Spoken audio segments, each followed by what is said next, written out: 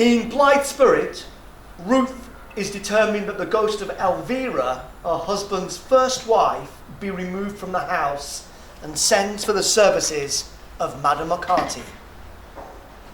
My dear Mrs. Condamine, I came directly about your message. It was very kind of you.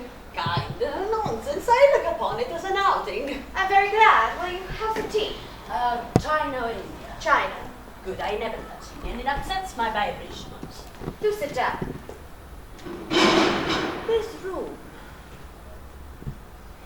Very interesting. Very interesting indeed. I noticed it the other night. I'm not entirely surprised. 2 lumps of sugar and no milk.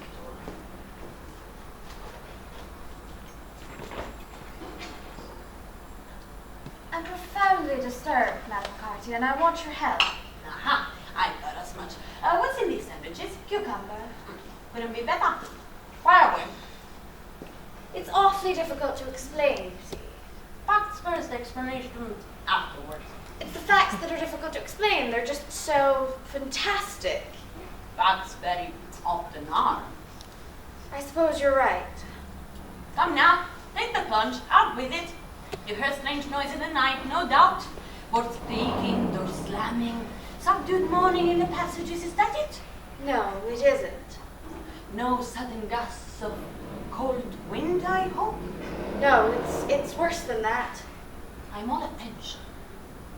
It sounds idiotic, but the other night, after the seance, something happened. I knew it. Probably a poltergeist. They're terribly cunning, you know. You know my husband was married before. Yes, I've heard it mentioned.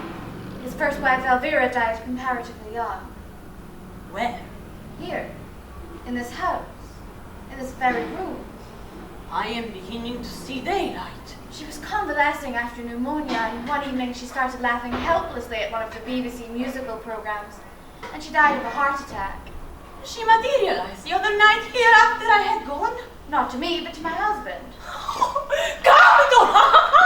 Capital! But that is splendid! I can see from your own professional standpoint that may be regarded as a major achievement. A triumph, my dear! A triumph, nothing more nor less than a triumph! From my own personal point of view, it is, to say the very least, embarrassing. At last! At last!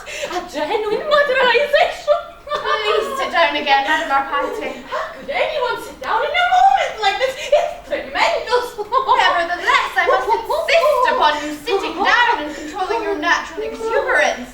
I fully appreciate your pride in your achievement. But I would like to point out that it has made my position in this house untenable, and I hold you entirely responsible. Forgive me, Mrs. Condamine. I am being abominably selfish. How can I help you? How? By sending her back immediately to where she came from, of course. I fear it's easier said than done. You are meaning to tell me she is liable to stay here indefinitely?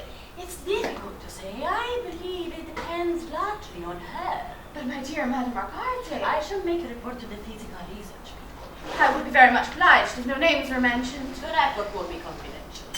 This is a small village and gossip would be most undesirable. I quite understand. You say she is visible only to your husband. Yes. Visible only to husband. Audible to, I presume? Extremely audible. Extremely audible. Did you say your husband was, devoted to her? I believe so. Husband devoted. It was apparently a reasonably happy marriage. Would you say she was a woman of, a strong character? I really don't know, Madame Marcotte. I never met her. I'm solely concerned with the question of how to get her away again as soon as possible. I fully sympathize with you, Mrs. Condamine, and I assure you I'll do anything in my power, but I fear at the moment I cannot offer any great hopes. But I always understood there was a way of exorcising ghosts. Some sort of ritual. You mean the old bell and book method? Yes, I suppose I do. Poppycock, Mrs. Condamine. Please, Madame Marcotte, I beg of you to do your utmost to get rid of my husband's first wife as soon as possible. The time has come for me to tell you frankly. I haven't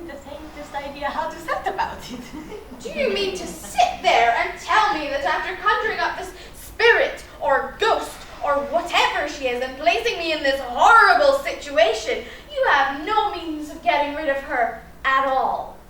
Honesty is the best policy. It's outrageous. I ought to call the police. You go too far, Mrs. Condomine.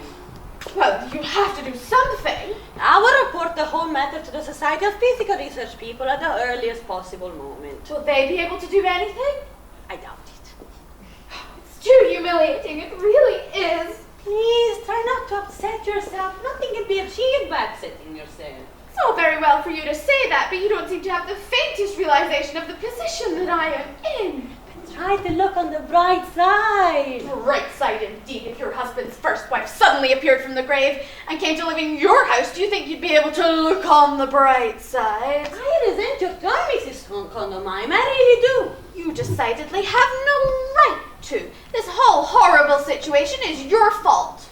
Kindly remember that I came here the other night under your own invitation. On my husband's invitation. I came here and I did what I was requested to do, which was to give a seance and establish contact with the other side. I had no idea there was any ulterior motive mixed up with it. Ulterior motive? Your husband was obviously eager to get in touch with his former wife.